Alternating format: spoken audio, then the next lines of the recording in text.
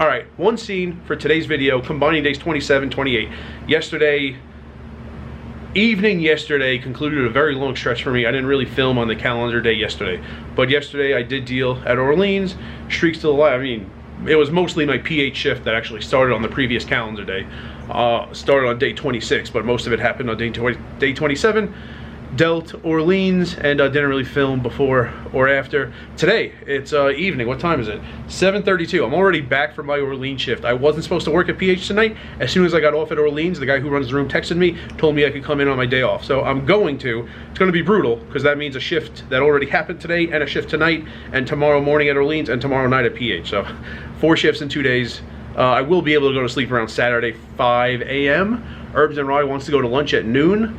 I wish he picked 5 a.m. or like 8 p.m. Instead, he picked noon right in the middle. I imagine it's just to taunt me and make sure I never go to sleep. So, few shout-outs and a few interesting things, some controversies. Shout-outs. Mark, start off with Mark, because that's where one of the controversies was. I dealt to Mark last year in a cash game at Orleans. Today, he was playing the Omaha 8 tournament, and I was dealing the adjacent table, you know, before I got to his table, and I heard a controversy. So apparently what happened, because it was pretty tame when I got there and I was disappointed. I really wanted the controversy to still be going on. It wasn't. But as soon as they went on break, which happened towards the end of my 30 minutes there, the 5 seat stayed back and basically said I suck at dealing.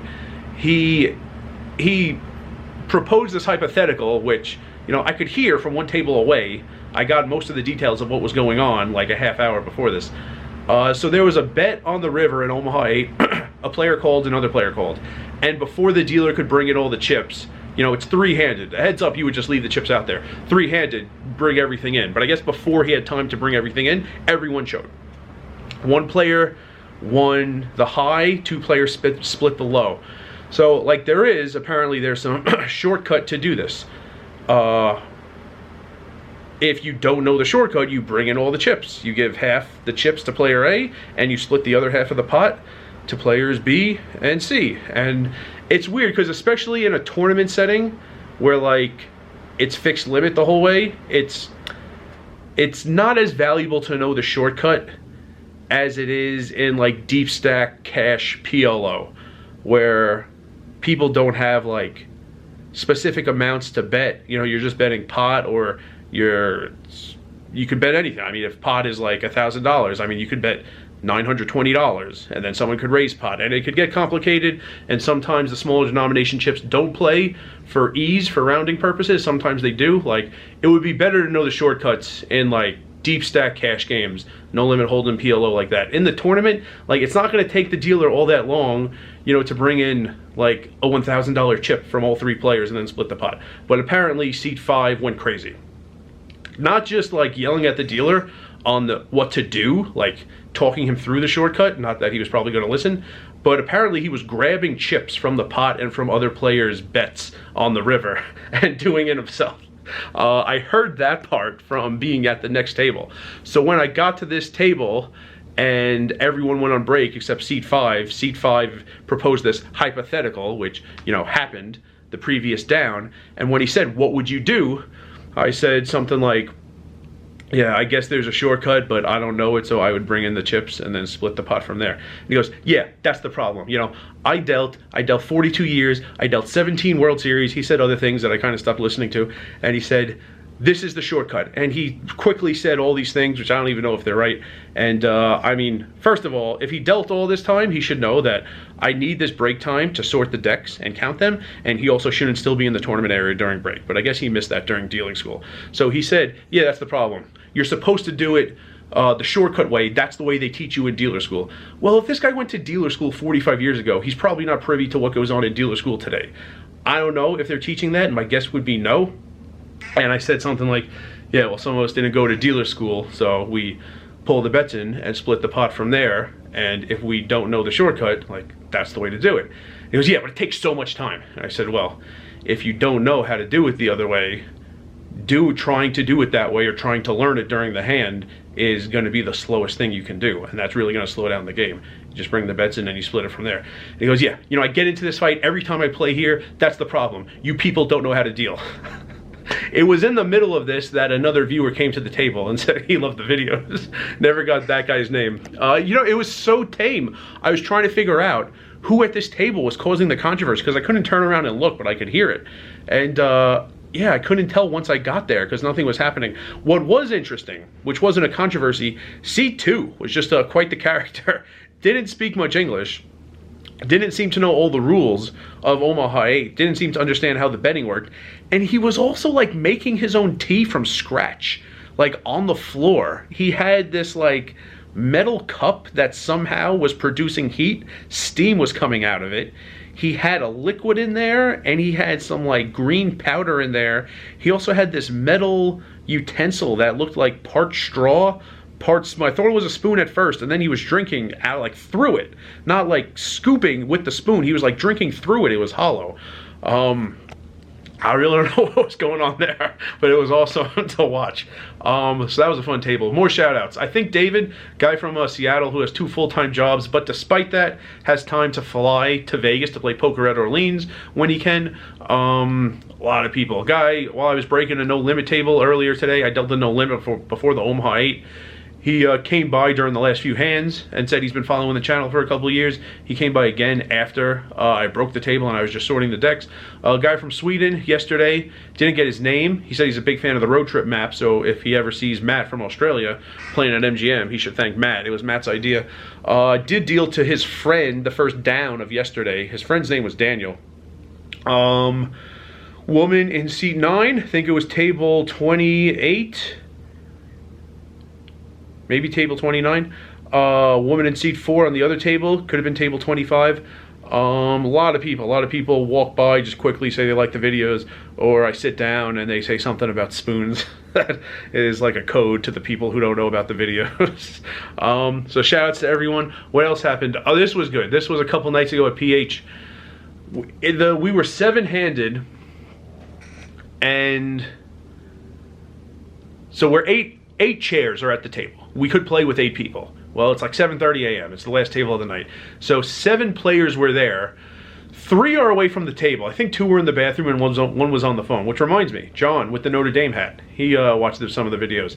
He was at this table. So guy in seat 3, I guess, at the time he was in seat 3. You know, for like 1 or 2 hands, they're 4-handed. Okay. Like, it's not that we have 4 chip stacks. It's not that the other 3 people cashed out. It's that 3 people are like briefly away from the table. So we're not going to be 4-handed for long. So anyway, the guy asks me in the middle of a hand, what's the rake 4-handed? I say $3, which is correct, by the way. I read the manual. I remember everything in the reduced rake section, and it's $3. It took a long time for him to understand that he didn't ask the question he meant to ask. He meant to ask, what's the promo plus rake? And that's not what he asked. So when he asked the rake, I said 3. He meant to ask promo plus rake, which 3 plus 3.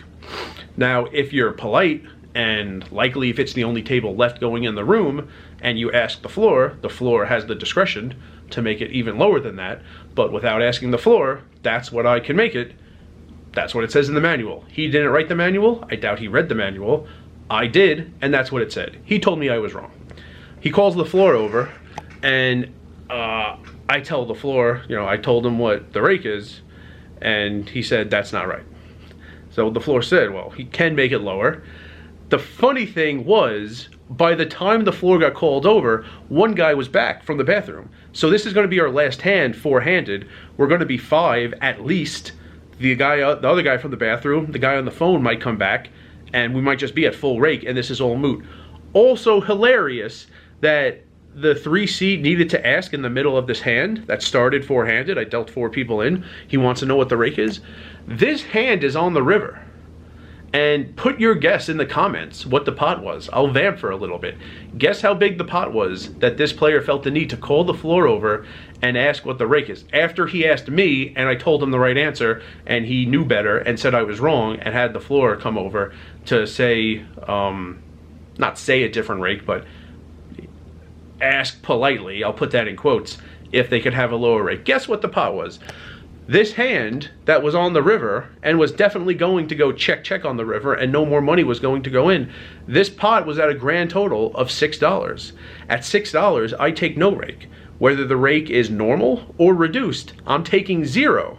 This pot was $6. He had to pause the game, tell me I was wrong when I wasn't, and call the floor over to change a hand that had $0 going into the rake.